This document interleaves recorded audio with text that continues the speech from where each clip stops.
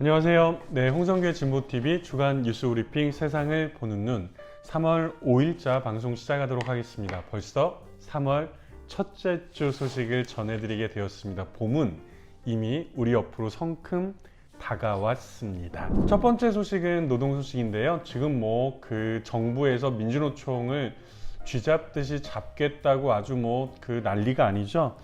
정부가 최근에는 노동조합의 회계장부, 그러니까 회계장부라고 하면 저도 몰랐어요. 비치된 사진이라든지 내지, 속지 이런 게 있는데 요 회계장부 제출을 요구하고 여기에 응하지 않는 노동조합에 과태료 부과와 현장 조사를 예고하면서 이게 정말 가능한 일이냐, 맞는 일이냐 이런 논란이 커지고 있죠.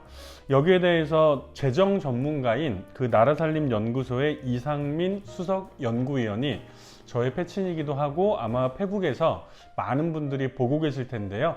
페북에 장문의 반박글을 올렸죠.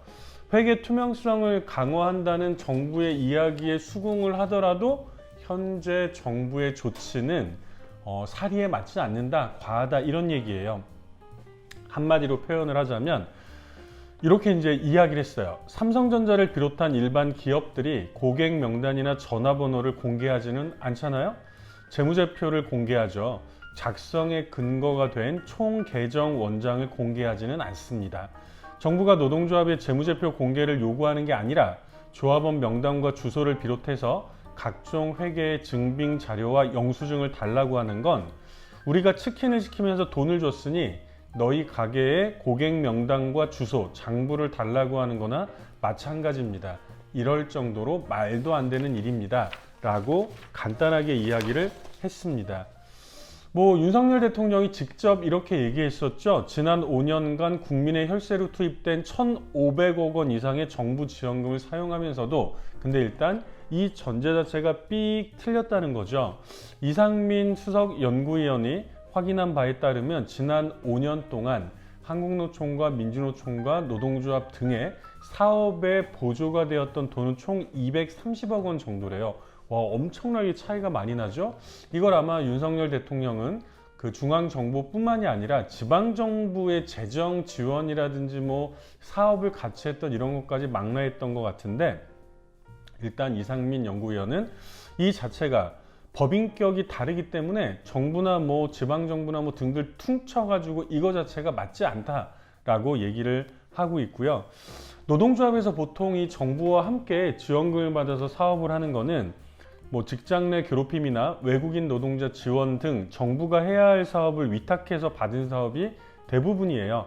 노동조합뿐만이 아니라 경영계 쪽의 단체도 참여하고 있고 여러 사회 서비스 기관이 함께 참여하는 경우가 많죠. 그런데 다 놔두고 유독 노동조합에만 다 회계장부를 까라고 하는 얘기를 하고 있는 거잖아요. 이것도 맞지 않죠. 그리고 정부의 보조금을 받는 기업과 종교단체에 같은 논리를 적용하면 회원사와 소속 신자들이 낸 회비나 헌금 사용 내역을 담은 장부에 표지나 속지를 제출하라는 것과 같다라고 얘기하면서 경총의 회원사 명단과 회비 사용 영수증을 공개하라는 것과 같은데 어떤 기업이나 단체도 이를 외부에 공개하진 않는다라고 얘기를 했습니다. 당연히 양대 노총에서는 증빙자료로 내지까지는 낼 수는 없다는 입장입니다. 조합원은 당연히 재정장부와 서류를 열람할 수 있지만 정부가 내지까지 보는 것은 노조 자주성을 훼손한다라고 이유를 들었는데요. 국회 입법조사처도 제가 지난 방송에서 말씀드린 것처럼 최근에 노동부가 노동조합에 이렇게 과도하게 회계자료를 제출을 요구하는 것은 ILO, 국제노동기구 협약 등에 비춰서 법적 근거가 없다는 취지의 해석을 이미 내린 바가 있죠. 그리고 많은 학계에서도 이건 말이 안 된다 이런 얘기를 하고 있는데요. 서강대 법학전문대학원의 심재진 교수는 뭐라고 얘기를 했냐면 노동조합의 특수성이나 노동권 보장이라는 차원을 들지 않더라도 국가의 민간단체에 대한 과도한 간섭이라는 측면에서 이번 사태는 위험합니다 라고 얘기를 하고 있습니다.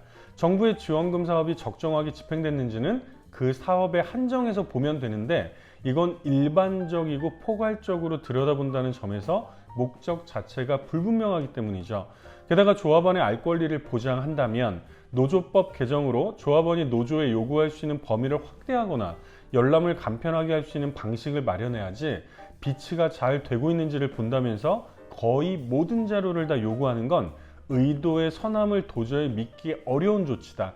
국가로부터 민간단체의 자율성을 보장해야 한다는 점에서 노동법 제27조는 굉장히 엄격하게 해석해야 된다라고 이야기를 하고 있습니다. 서울대 행정대학원의 박상인 교수도요, 뭐라고 얘기했냐면 본인이, 그러니까 윤석열 대통령이 검찰총장일 때도 그렇게 하지 않았으면서, 이 얘기는 무슨 말이냐면요, 사실 그 검찰총장과 대통령실 등 권력기관의 특수활동비, 특활비라고 들어보셨죠? 이 특수활동비는 공개가 되고 있지 않잖아요. 뭐 수십에서 수백억 원 정도 규모에 이른다고 알고 있는데, 올해만 하더라도 법무부의 이 특수활동비가요 183억 원 정도인데, 이 절반, 한 90에서 100억 원 정도가 검찰의 특활비로 책정된 것으로 알려져 있어요. 그리고 올해 대통령 비서실이나 경찰 등에 배정된 특수활동비의 예산도 1,200억 원이, 올해 한 해에만 1,200억 원이 넘는다고 합니다. 그런데 이런 특활비에 대해서 윤석열 대통령은 본인이 검찰총장에 있을 때도 그렇게 하지 않았으면서, 노조에 대해서는 왜 모든 증빙 서류를 붙이라는 식으로 말하는지 모르겠다. 내년에 총선이라는 정치적 이벤트를 앞두고 오로지 정치 공세와 정략적 접근만 하고 있는 거 아니냐라고 비판했습니다. 한마디 뺄 말이 없이 다 구구절절 옳은 소리들이라고 할 수 있겠죠. 두 번째 소식은요, 와, 진짜 저는 이 기사를 보고 약간 깜짝 놀랐어요. 왜냐하면 제가 사실은 이 주제로 한번 그 연구라고까지는 뭐하고, 사실 이제 제가 기아자동차 화성공장 옆에 살고 있기 때문에, 그리고 저희가 활동하고 있는 수많은 현장에서 이 기아자동차에 있는 활동가들이 같이 겹치고 있기 때문에 안의 사적을 볼 기회가 많이 있거든요. 근데 최근에 제가 이거는 한번 수치를 찾아봐야 되겠다고 생각했던 게 뭐가 있었냐면, 우리는 대부분 머릿속으로 어떻게 생각하냐면, 뭔가 이 그 자동차를 만드는 그 공정에는 여성 노동자는 적합하지 않을 것 같다라고 하는 편견을 가지고 있는 경우가 많거든요. 그래서 아마 정규직 노동자들 내에서는 일반직이라고 부르는 사무실에서 근무하는 분들을 빼고는 여성 노동자들을 찾아볼 수가 없어요. 그런데 문제는 이 똑같은 일을 하고 있는 비정규직 노동자들은 여성 노동자들을 고용하거든요. 그런데 이 비정규직 노동자들이 정규직에 그 십수년 동안 싸워가지고 정규직이 되면서 정규직의 여성 노동자들이 새로 생기게 된 거예요. 그러니까 정규직 싸움을 하면서 이 자동차 산업의 여성 노동자들이 생기게 된 거죠.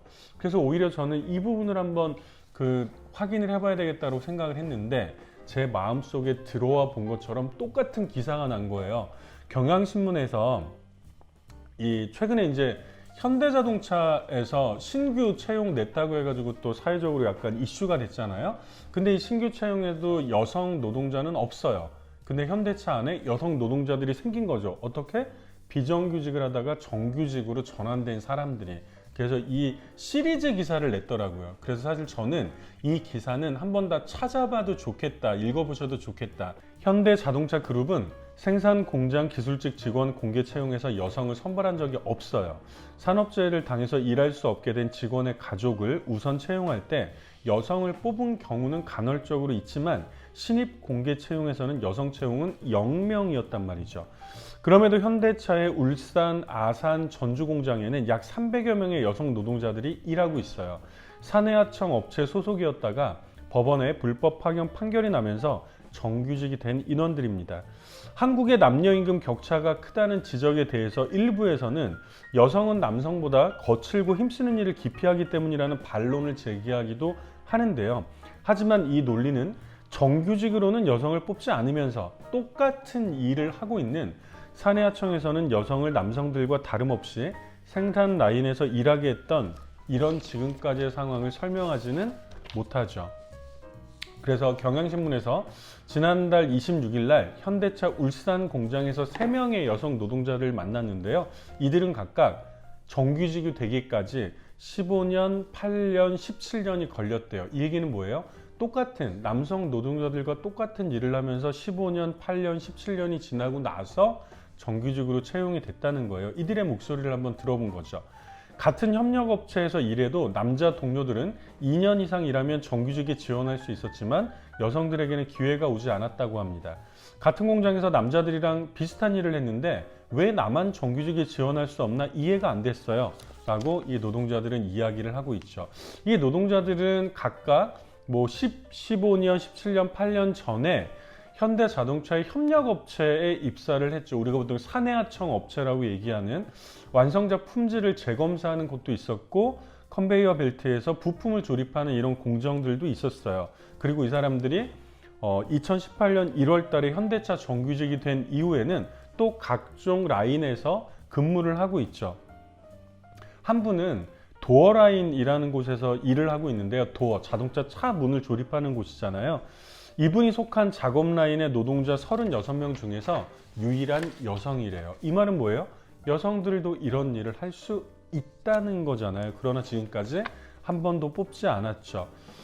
법원은 2010년부터 순차적으로 현대차의 사내하청 노동자의 정규직 전환 판결을 내렸어요. 이후에는 해당 사내하청 남성 노동자들은 일반 채용을 통해서 정규직이 됐지만 사내하청 여성 노동자들은 법원의 판결에도 불구하고 2014년 노사 합의안이 나올 때까지 정규직이 되지 못했다고 합니다. 김은주 금속노조 현대차 지부 여성문화실장은 당시 합의안은 강제성이 떨어졌기 때문에 전체 500명이 정규직으로 전환되는 상황에서도 여성은 한두 명에 불과했다고 얘기를 합니다. 기아자동차도 마찬가지예요. 기아차도 법원에서 모든 사내하청이 불법 파견이고 정규직으로 전환해야 된다는 판결이 난 이후에 초기에는 여성 노동자를 철저히 배제를 했대요. 전체 불법 파견 노동자 중에 여성 비율은 20%였지만 이 말은 뭐예요?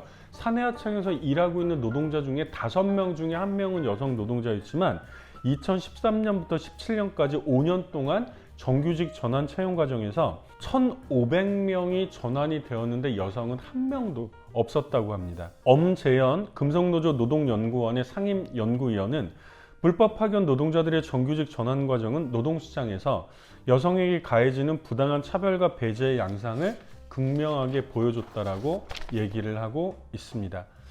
그리고 금속노조 비정규직 지회 이후에 여성위원회가 만들어지고 국가인권위원회 진정 등을 통해서 여성 채용 차별이 여론화되자 기아는 2018년 6월부터 사내하청 여성 노동자 26명을 정규직으로 처음 전환을 합니다. 이러한 정규직 전환 과정에서 여성은 요만큼 아주 조금 늘어나는데 그쳤는데요. 금속노조 기준으로 현재 여성 조합원 비율은 현대차가 단 5%, 100명 중에 5명이 여성이라는 거고요. 기아차는 불과 2%, 100명 중에 2명만 여성이라는 거죠.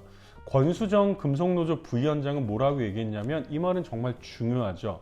여성이 못하는 일이라면 비정규직에도 여성이 없어야 했다. 남성들은 채용의 형식으로, 여성들은 투쟁의 형식으로 겨우 정규직으로 일하게 됐다라고 이야기를 하고 있습니다. 이 정규직 전환이 끝이 아니었어요. 실제로 여성들이 라인에 배치될 때까지 공장에서는 우리 라인에는 여성들이 오지 않았으면 좋겠어 라고 하는 목소리들이 노골적으로 또 삐져나왔죠. 입사하기 전부터 들어가면 어차피 환영 못 받는데 라는 생각을 여성 노동자들은 할 수밖에 없었고 일을 해야 되니까 배정된 반에 잘 보이기 위해서 많은 노력들을 했대요. 그래서 SNS 이런 걸 통해서 어떤 선물을 갖고 가면 좋을까 이런 얘기들도 했고요. 한 분은요, 배정받은 반에 처음에 인사해 갈 때 떡을 해가면 반응이 좋았다는 얘기를 나눴는데 참 속상했다고 얘기를 했습니다. 왜? 똑같이 정규직으로 전환됐던 남자 동기들도 있었는데 남자들은 떡을 해갔다는 사람이 없었기 때문이죠. 사실 중요한 거는 당연히 그 공정에서 여성들이 일하기 어려운 공정도 있어요. 이들의 이야기를 종합을 해보면 한 100가지 공정 정도가 있다고 하면 3-4가지 정도는 여성들이 정말 일하기 어려운 공정이라고 합니다. 그런데 문제는 여기는 남성들도 기피하는 공정이라는 거죠. 즉, 이 공정이 남성들만을 위한 공정, 여성들이 접근하기 어려운 공정, 이런 공정이 아니라 일반적으로 누구나 여성이든 남성이든 일하기 쉽지 않은 공정이라고 하는 거예요. 그러면 이 공정이 다시 재구성될 필요가 있다라는 거죠. 이 공정의 존재 자체가 여성들은 원래 일하기 어려운 공정이 있어 라고 하는 식으로 낙인을 찍어서는 안 된다는 거겠죠. 굉장히 흥미롭지 않아요? 우리는 비정규직 노동자들의 정규직 전환 이런 얘기만 했었는데요. 이 비정규직 노동자들의 정규직 전환으로 기아차나 현대차 같은 자동차 산업의 정규직 여성 노동자들이 생기기 시작했다는 거예요. 세 번째 소식은 정치면 소식인데요.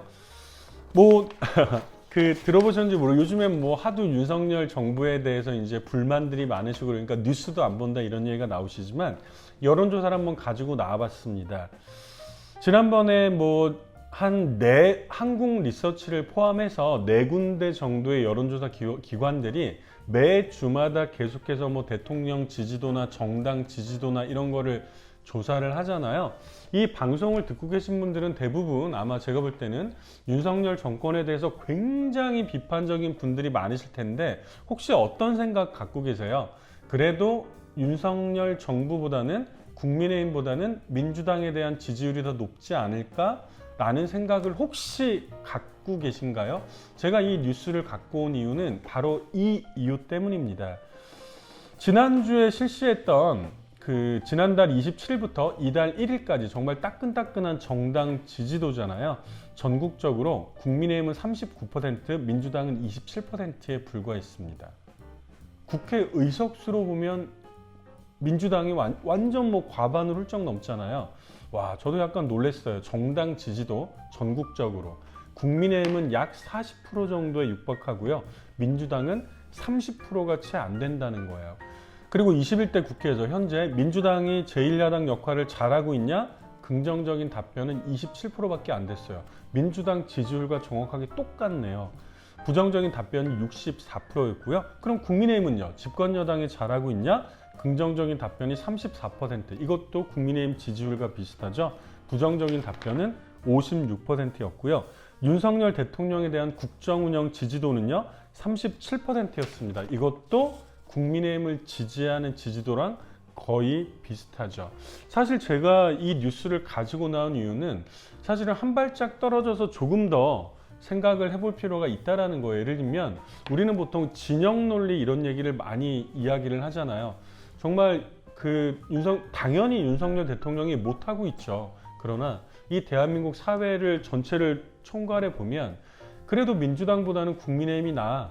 윤석열 대통령이 잘하고 있어라고 생각하는 사람들이 민주당을 지지하는 사람들보다는 조금 더 많다라는 거죠.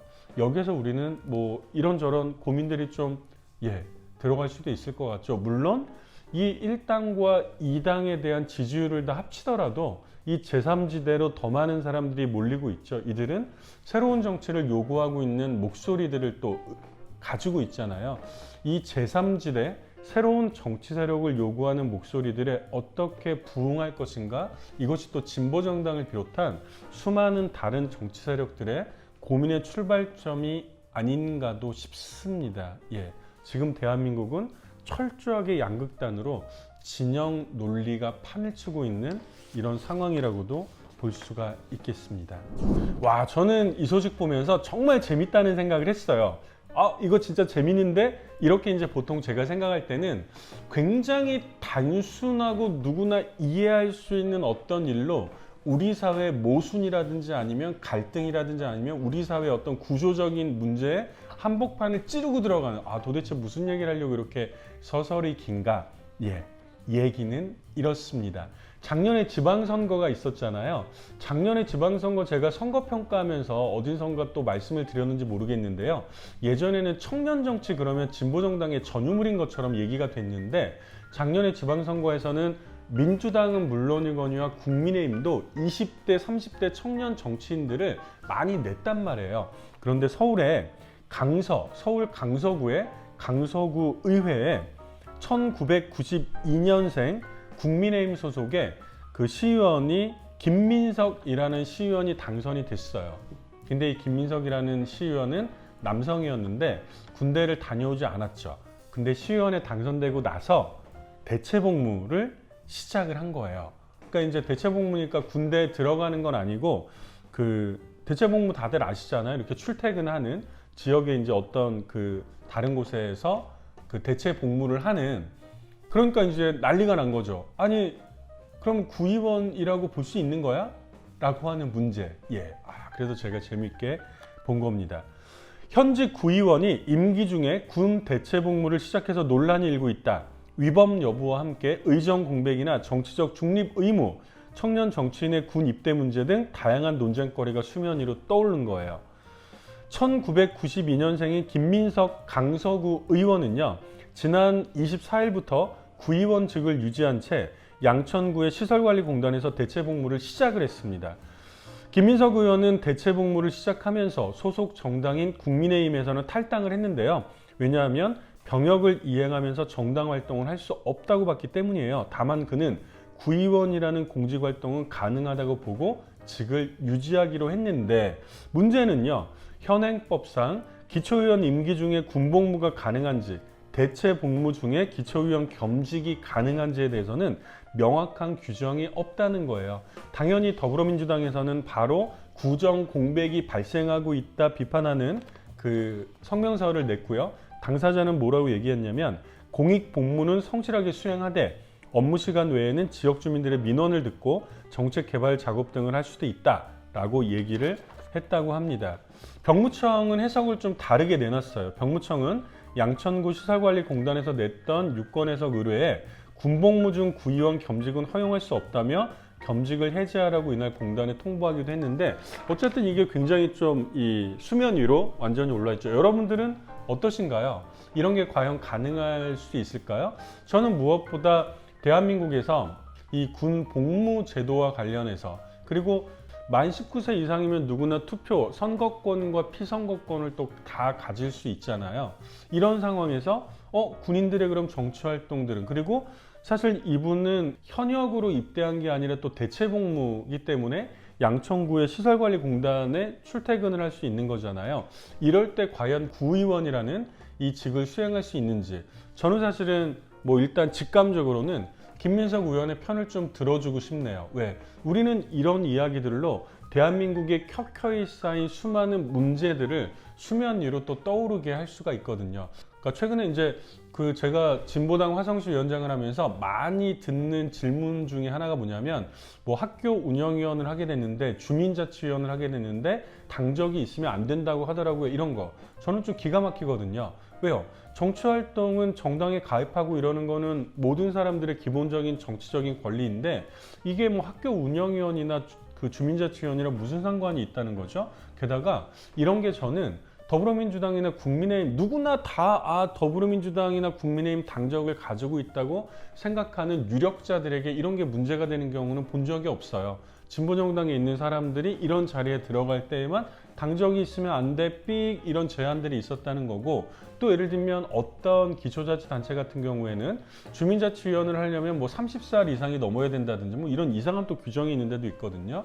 이런 수많은 일상생활에서 아주 구체적인 지점에서 우리는 우리의 정치적인 권리들이 제대로 보장받고 있는지에 대해서 늘 물음표 앞에 직면하게 되는데, 저는 이것이 군복무를 앞두고 있는, 내지는 군복무 중인 20대, 그리고 그 정치적인 권한을 충분히 행사할 수 있는 이 만 19세 이상의 남성들의 경우에 이 문제들을 어떻게 바라볼 수 있을 것인가에 대해서 정말 중요한 사례가 나왔다고 생각합니다.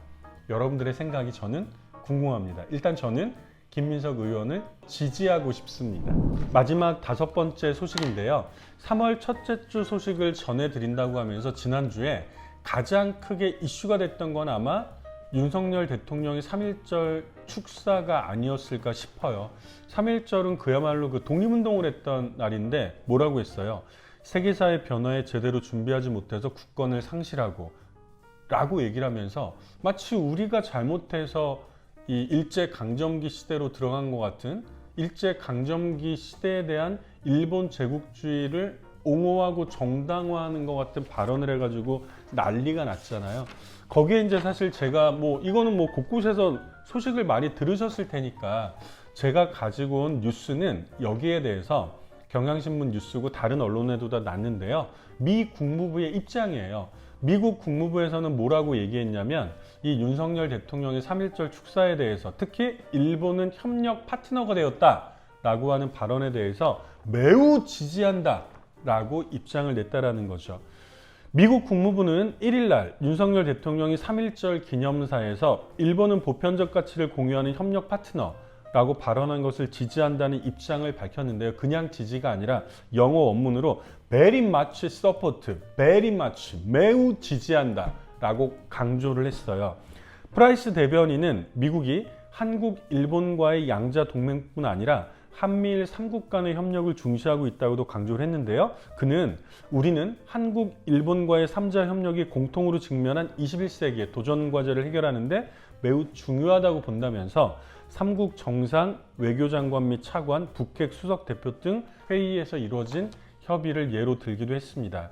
그리고 프라이스 대변인은 또 윤 대통령과 기시다 일본 총리가 최근 몇 달간 양자 관계를 개선하기 위해 노력해온 것에 박수를 보낸다 라고도 얘기를 했는데요. 제가 사실은 이 기사를 가지고 온 것은요, 윤석열 대통령의 3.1절 그 기념사 그 자체에 대해서 분노하기보다 이것이 어떤 맥락에서 나온 발언이었을까. 사실 이것은 일본에서 정권을 잡고 있는 구구 정치 집단들 그리고 미국의 이익이랑 다 똑같은 이익의 범주 안에서 나온 발언이었다는 겁니다. 사실 미국은 늘 일본과 이 과거사 문제를 해결하려고 하는 한국 국민들, 민중들의 목소리에는 귀를 기울인 적이 단 한 번도 없었습니다. 미국의 관심사는 오로지 뭐였어요? 한국과 일본이 사이좋게 지내면서, 그래서 군사 정보마저도 서로 교환을 하면서 러시아와 중국과 북한에 맞서는 한미일 삼각체제를 잘 만드는 데에만 늘 관심이 있었죠. 과거사 문제가 늘 발목을 잡으면서 한국과 일본 사이에 해결해야 될 문제가 있다는 건 그들에게는 관심 바깥이었다는 거예요. 이것이 지난 우리나라가 해방되고 나서 지금까지 80년 정도 동안 미국의 유일한 동북아 정책이었죠. 그래서 여러분 지금도 광화문에 가보시면 한국의 극우 보수들도 꼴보수들도 데모를 할 때 뭘 쥐고 있어요? 성조기와 태극기와 일장기를 같이 들고 있잖아요. 이것은 사실은 여기서부터 연유했던 것이죠. 즉 윤석열 대통령은 대한민국 국민들의 목소리에는 아랑곳 없이 이 한미일 3국 동맹체제, 삼각협력체제를 끊임없이 강조하는 미국의 입장에 가장 충실히 서겠다는 선언을 한 것이나 다름이 없다는 겁니다. 이것이 현재 이 한반도를 둘러싸고 있는 상황이라고 할 수 있겠죠. 정말 개탄스럽고 분노스러운 일이 아닐까 싶습니다. 오늘도 이렇게 5가지 소식 전해드렸습니다. 이미 3월 첫째 주 소식을 전해드리면서 봄은 우리에게 성큼 왔습니다. 제가 뭐라 그랬어요? 계절의 봄은 저절로 오겠지만 우리 사회의 봄은 우리가 만들어가는 거라고 하겠죠. 우리 사회의 봄을 만들기 위해서 열심히 옆에 있는 사람과 어깨를 걸고 연대하고 함께 좋은 기운들을 수성시키는 그런 봄이 되기를 바라겠습니다. 오늘도 들어주셔서 고맙습니다. 다음 주에 뵙겠습니다.